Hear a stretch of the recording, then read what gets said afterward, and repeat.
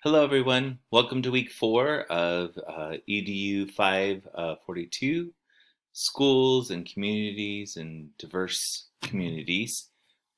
It's been a week. I need to be honest with you as we start this video. I don't know if you've been following the news or not, but just looking at the uproar of the Black Lives Matters movement, the passing of George Floyd, and just the communities around us. I'm not sure how you're being affected in the community you live in, but just knowing that there is protest and expression going on that really brings up a lot of different emotions. So I don't know that I have answers to it, but I know that there is a choice we make. We have the choice to continue to protest with those protesting, peaceful protest. We have a choice to not do anything. We have a choice to oppose that protest. But I hope that we realize that it's all about choices. And the choices hopefully come to that point of respecting an individual. Doesn't matter their skin tone, doesn't matter where they come from. It should be, for me personally, the choice is to say, we need to fight for the rights of all. I know white privilege is a word being used right now, and me myself being white, that is a inner struggle that I go through because I believe all life matters. Nobody should be treated less than somebody else, but I need to also know that that is something that I might not have a full understanding of from the life I've lived in. And I think we as educators need to understand that as our students come to us. If you look at all of us as educators right now, you have a life that's very different because you've been through the educational process. Where we're going to go this week and something that you're going to read, it's going to talk about the importance of education and the need for equal education for all. I think education is such an important piece of our democracy, and making sure our leaders are educated, making sure that our community is educated, because part of education is conversation, and part of that is debate. Part of that is understanding another's point of view and trying to come to compromise. All that to say, I just want to acknowledge that as we go into this week, it is present, and it is not something that I think is going to end here. But I do pray that God gives our leaders wisdom, gives the leaders of protest wisdom, and guides us in a path that brings about understanding and the opportunity to make a difference for our community. I pray that you this week, if you're still with kids and interacting with students, that you are given the wisdom and the words to address with students. I think one of the worst things we can do, though, is be neutral and not talk about it and ignore. I just hope that that doesn't happen for you. That you find that balance to at least dialogue and let that dialogue teach you and your students along the way. So now to get into week 4 for us. The two focus points for week 4 is about family structures and communication. I'm going to be honest with you. The family structures, it's the last residual from last week's conversation and understanding the multi-generational component that you read and wrote about in the discussion board. This week, it's really just looking at structures that come with privilege. It's, I think, rather interesting where we are in our society right now. The reading for this week is going to look at social injustice, and part of that is how certain families are oppressed or individuals are oppressed and not given the fair opportunity for a lot of things in society. The larger component this week is going to be about communication, and you're going to be doing a couple of things regarding communication. So those are the two focus points for the week. With that, let's just start talking about right now the reading. So the main article that you'll read that will sort of wrap up family structures, but also talk about our other component of the shift in trying to move away from race. This article really just has the post-raciality in education is the title of the article. It just brings up some really great points, and I just want to let you know it is an author who is reflecting on more current day. You're going to get towards the end of it where the author really starts talking about Obama being president and how race is something, or color and segregation is looked at supposedly differently.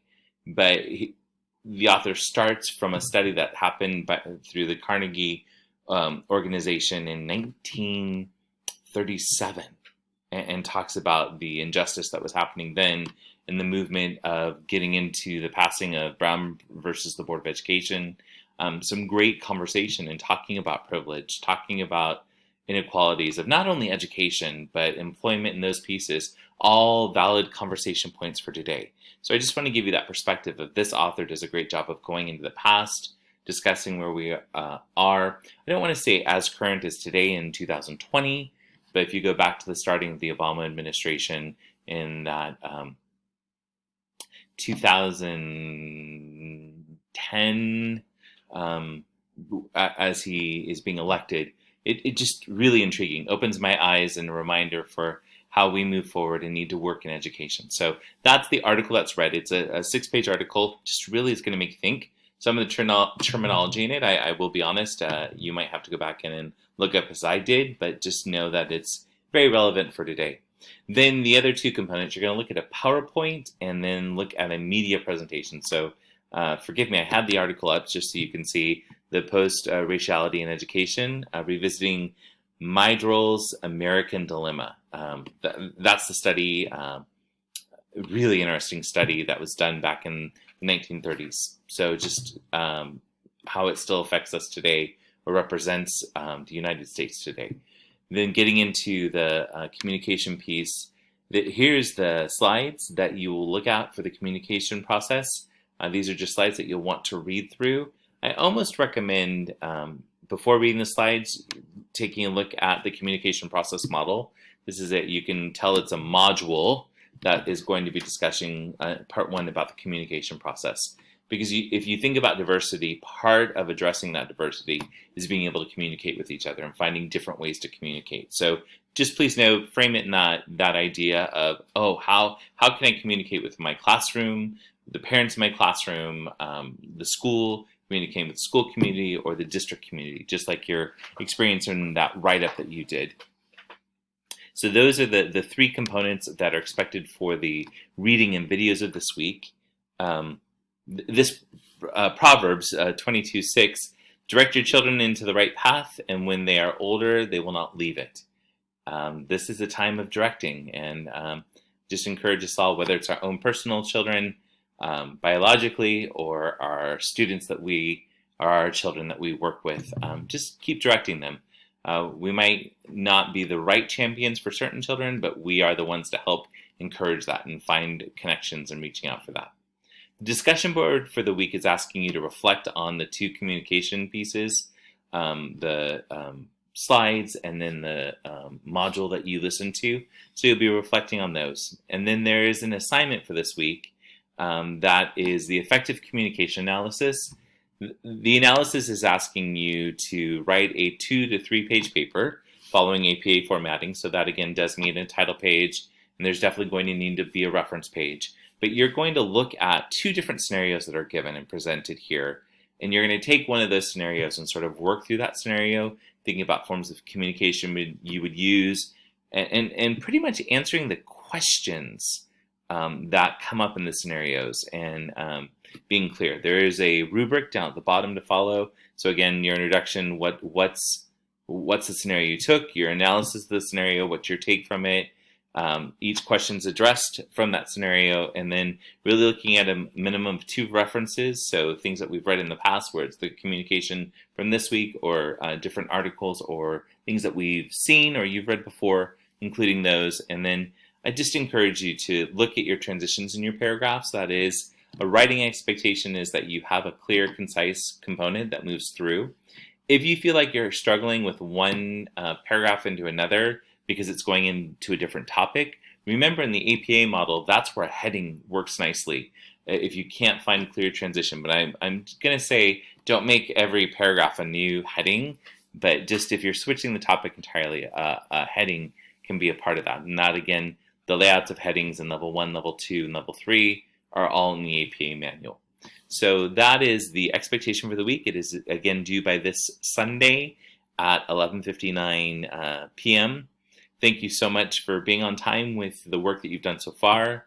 I sort of breezed over on the discussion board, but just that reminder for you, Thursday nights, have your first post, a minimum of 250 words with a citing in the post, and then your reflections with others. And I appreciate the encouragement that you give the encouragement you give each other, as well as the questions or the thought-provoking.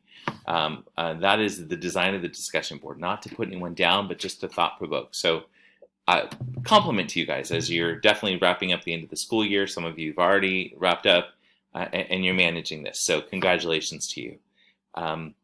I again pray this week that you're given wisdom in the interactions that you have. I am here if you have any questions for the class itself. To look ahead, know that you're going to get into your group presentations. By now, hopefully you are interacting, because those will be due next week in week 5 up into the discussion board by that Thursday. Again, focusing on one culturally responsive item. Is it an education or a program that you're trying to implement? Again, not trying to implement different ones at different schools, but that larger overarching that you can come to an agreement with. That rubric is there. It is straightforward in what's expected, knowing that each of you have the responsibility of creating slides. The groups of 3 and the groups of 4, still about that 15 to 20 slides. Make sure that in your presenter note area that you're giving clear information. Slides don't always have everything that you would discuss, but just those key points. The presenter component on the bottom will let me read and see what if you were presenting it orally, what that component would be that you would be saying. So that is looking ahead into next week. And then weeks 6, 7, and up to 8 is where we start getting into the signature assignment. I'm not going to cover it right now, but you definitely have the Connect to look at it. I'll bring it up more next week. I'm here if you need any support. Text me, call me, email, and I, again, pray for strength for you this week. God bless you, and I look forward to reading your discussions this week.